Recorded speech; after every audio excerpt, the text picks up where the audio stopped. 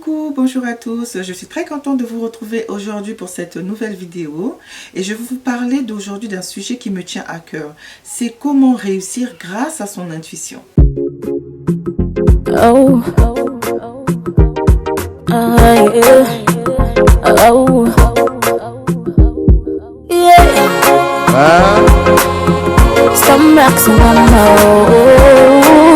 Il faut savoir que l'intuition est une forme d'intelligence que présente tout le monde. Elle se cultive, elle se travaille et elle se développe. Aujourd'hui, je vais vous parler de 5 étapes qui vous permettront de développer votre intuition. La première étape, c'est se constituer une expérience solide. Il faut accumuler plusieurs expériences dans la vie pour pouvoir ensuite aller de l'avant. Vous ne pouvez pas prétendre vous lancer dans un domaine et ne pas avoir d'expérience. Non, ce n'est pas possible. C'est comme par exemple quand vous voulez créer une entreprise. Pour créer une entreprise, il faut avoir accumulé auparavant plusieurs expériences. Et c'est ce qui vous permet d'aller de l'avant, de pouvoir faire face à toutes les difficultés que vous pourriez rencontrer. Par exemple, lorsque vous allez par exemple créer une entreprise ou bien intégrer une nouvelle équipe, une nouvelle société, une nouvelle entreprise et voilà. Et tout cela parce que vous aurez appris déjà pas mal de choses, acquis plusieurs expériences et ces expériences-là, excusez-moi, qui vous permettent maintenant de vous focaliser maintenant sur un bel avenir et développer votre state of mind, un état d'esprit positif. La deuxième étape, c'est apprendre de ses erreurs. Ah oui, il faut savoir que pas mal d'entre nous, nombreux d'entre nous se disent que je vais répéter les mêmes erreurs et je vais pouvoir obtenir un résultat meilleur. C'est de la folie. Ah oui, dites-vous que c'est de la folie, c'est du grand n'importe quoi. Oui, c'est du grand n'importe quoi. Parce que, vous savez, vous ne pouvez pas prétendre évoluer dans un domaine si vous répétez les mêmes erreurs que vous avez eu à faire dans le passé. C'est pas possible. Il faut d'abord corriger ces erreurs-là et ensuite recommencer une nouvelle étape avec de nouveaux objectifs, de nouvelles perspectives. Vous savez, je vais vous donner un exemple. Une femme, par exemple, qui était mariée auparavant, je parlerai de la société, c'est plus facile. Dans la société, quand une femme se remarie, elle ne peut pas répéter les mêmes erreurs qu'elle a eu à faire dans son ancien foyer. Dites-vous que le prochain foyer aussi, ça sera un chaos total. Pourquoi? Parce que il faut d'abord revoir les erreurs que vous avez faites dans le passé et pouvoir aller dans un nouveau mariage avec de nouvelles habitudes, de nouveaux projets et ça vous permet de pouvoir avoir une nouvelle vie sereinement, vivre dans toute la joie, toute la gaieté. Vous ne pouvez pas, par exemple, je prends un exemple, une femme qui était mariée auparavant, se lève le matin, ne sait pas qu'il faut faire son lit, il faut faire sa toilette, il faut prendre soin de soi, élever les enfants, prendre soin du mari. Non, il y a plein de femmes aujourd'hui qui font ces erreurs-là. Il faut faire très attention. Il ne faut pas tout le temps chercher le diable que oui, nous dans la société africaine, malheureusement, lorsqu'il y a des problèmes comme ça qui surgissent au courant de notre vie conjugale, on fait toujours recours aux sorciers. Des fois, ce n'est pas le sorcier de la famille. Ah oui, des fois, ce n'est pas le sorcier de la famille. Des fois, c'est toi-même qui es ton propre sorcier. Tu es ton propre sorcier. C'est-à-dire, tu crées un personnage que tu n'es pas. Il faut plutôt corriger tes erreurs et ensuite vivre une nouvelle vie, voilà, paisiblement.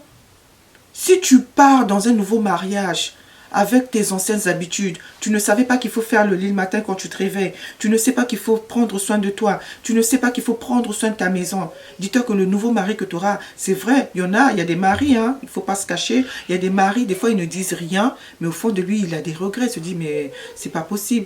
Comment je peux épouser ce genre de femme? Elle ne sait pas faire le lit, elle ne sait pas faire le ménage, elle ne sait pas bien s'occuper des enfants, faire à manger, c'est même pas la peine. Mais comment tu veux vivre une nouvelle vie si tu ne corriges pas tes erreurs du passé? C'est pas possible. Sachez corriger vos erreurs du passé, excusez-moi, sachez corriger vos erreurs du passé et c'est ce qui vous permettra de bien vivre une vie nouvelle. Alors, la troisième étape, c'est le lâcher prise. C'est très important. Il faut apprendre à s'écouter. Il faut apprendre à accepter que nous ne pouvons pas tout maîtriser dans la vie. Et oui, lâcher prise, c'est savoir se poser. Oui, s'il faut maintenant prendre une certaine expérience, posez-vous les bonnes questions, rapprochez-vous par exemple d'un collègue, parce que des fois, nous les hommes, qu'est-ce qui se passe? Certains parmi nous aiment mettre l'orgueil, et c'est cet orgueil-là qui nous tue. Cet orgueil-là ne nous permet pas d'avancer.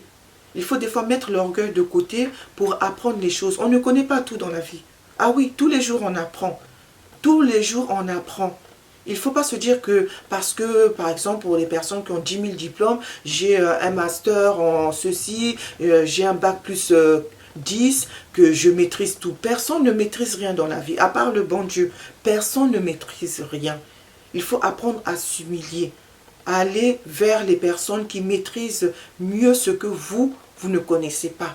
C'est comme ça qu'on apprend dans la vie. Il faut savoir s'humilier. Il ne faut pas tout le temps mettre l'orgueil parce que l'orgueil ne sert à rien. L'orgueil ne sert à rien. Il faut apprendre. Il faut se rapprocher des personnes qui sont susceptibles de vous aider. Des personnes qui peuvent vous apporter un plus dans votre vie. Et c'est ce qui vous permet par la suite d'aller de l'avant. Alors, la quatrième étape, c'est apprendre à s'écouter. C'est très important. Vous savez, notre corps nous renvoie souvent des signaux, mais on ne suit pas, on ne fait pas attention. Parce que vous savez, on peut arriver, par exemple, vous vivez une situation très compliquée, très complexe, mais vous ne trouvez pas les solutions. Il faut apprendre à écouter son corps. Tout se passe dans la tête. The state of mind, un état d'esprit. L'état d'esprit, on peut le changer. Pourquoi? Parce que quand vous êtes dans un état d'esprit négatif, tout se passe négativement dans votre vie. Mais si vous changez votre état d'esprit en positif, les choses peuvent s'améliorer. Et oui, faites cette expérience-là. Ça, je vous en conjure et je vous rassure que ça marche très bien. Il faut savoir se poser les bonnes questions. Écouter son corps, écouter son âme, son esprit. Se focaliser sur quelque chose qu'on ne maîtrise pas. C'est-à-dire, il faut apprendre à écouter son esprit. Il faut s'isoler des fois. Moi, ce que je fais des fois quand je n'arrive pas à résoudre un problème, avant de parler de ça à mon époux, je m'isole.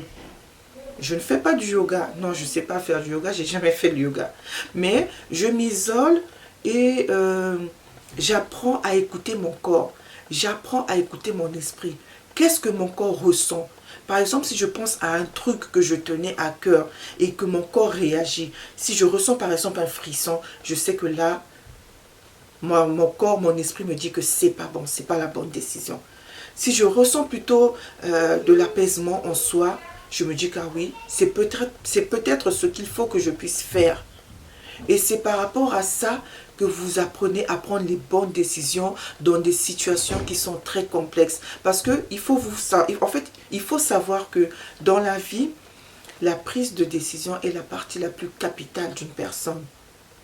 Quand par exemple, je donne un exemple, vous vivez par exemple en couple. Je parlerai plutôt beaucoup de société, pas d'entreprise, parce que ce qui est social, c'est ce qui nous permet d'aller de l'avant. Si vous n'avez pas une bonne vie sociale, vous ne pouvez pas avoir beaucoup d'opportunités dans votre travail. Vous ne pouvez pas avancer dans votre travail, que ce soit une entreprise que vous détenez, que ce soit un travail, je ne sais pas, un embauche. Vous ne pouvez pas avancer dans la vie professionnelle si votre vie sociale n'est pas rangée. Retenez. Vous ne pouvez pas avancer dans votre vie professionnelle si votre vie sociale n'est pas correcte. Voilà. Donc, moi, je donne cet exemple-là. Pourquoi? Parce que c'est ce qui est capital. Vous, par exemple, vous êtes en famille ou bien en couple et votre mari, votre conjoint n'est plus susceptible à répondre aux besoins de la famille. C'est vrai, il faut savoir soutenir son mari, puisque quand on se marie ou bien quand on se met en couple, c'est pour partager les bons et les mauvais moments. Ça, c'est tout à fait normal. Mais quand vous arrivez à un stade où chacun de vous ne se comprend pas, celui-ci va à gauche, l'autre va à droite, c'est pas possible. Il faut, à un certain moment, se poser les bonnes questions. Ah oui, c'est très important et très capital. Est-ce que c'est la personne qui est capable de pouvoir subvenir à mes besoins, écouter ce que je... C'est la personne qui est capable de pouvoir m'aider à réaliser tous mes projets. Par exemple, pour les femmes qui entreprennent, c'est pas facile, c'est pas évident. d'avoir un homme qui est à l'écoute, d'avoir un homme qui peut vous encourager. Parce qu'il y a pas mal de femmes aujourd'hui qui veulent entreprendre, mais qui n'ont pas les encouragements de leur conjoint ou de leur époux. C'est plutôt des fois ces derniers qui leur découragent. Ah non, je ne veux pas que tu puisses entreprendre. Ah non, je ne veux pas que tu fasses ci, que tu fasses ça. Ou bien même aller travailler, des fois c'est tout un problème. Ah non, tu vas aller travailler dans telle entreprise. Le directeur là-bas, il a mauvaise réputation. Il a souvent l'habitude de courir derrière les femmes et tout. Non. Si vous avez un homme qui a d'abord, confiance en vous, ça vous permet aussi d'aller de l'avant. Mais si vous avez un homme qui a tendance à voir le diable partout, vous ne ferez rien. Alors c'est pour ça que vous devez vous poser les bonnes questions. Est-ce que cet homme pourra faire en sorte que je puisse devenir la personne que je veux être? Devenir la meilleure version de moi-même? C'est pas facile, c'est pas évident. Surtout si vous avez déjà des enfants, c'est pas évident. Mais au bout d'un moment, pour votre bien, c'est vrai que c'est un peu égoïste de ma part de vous dire ça, mais il faut des fois être égoïste dans la vie pour pouvoir parvenir à ses fins. Et oui, il faut des fois être égoïste, il faut des fois penser à soi-même. Oui, je pense myself, je pense à ma vie, je pense à moi-même. Oui, il ne faut pas tout le temps se dire que voilà, je vais pouvoir convaincre mon époux, mon mari, de me laisser faire. Lui, il reste là, je fais ce que j'ai à faire, je rentre chez moi. Vous serez toujours en désaccord. Eh oui, vous serez toujours en désaccord. Ça, je vous le conjure, vous serez toujours en désaccord. Il faut savoir se poser les bonnes questions. Est-ce que je reste avec lui pour pouvoir aller de l'avant ou bien je laisse tomber?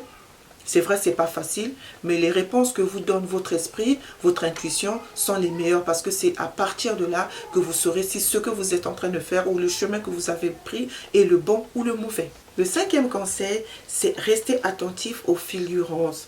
Les fulgurances, c'est tout ce qui frappe votre esprit. C'est toutes les idées, tout ce qui se développe dans votre esprit. Il faut savoir accepter les échecs.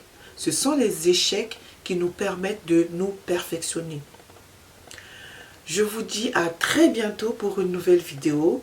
N'oubliez surtout pas d'appuyer sur le bouton rouge pour ne plus rater aucune de mes vidéos. Plein de bisous à vous dans vos familles respectives et prenez soin de vous.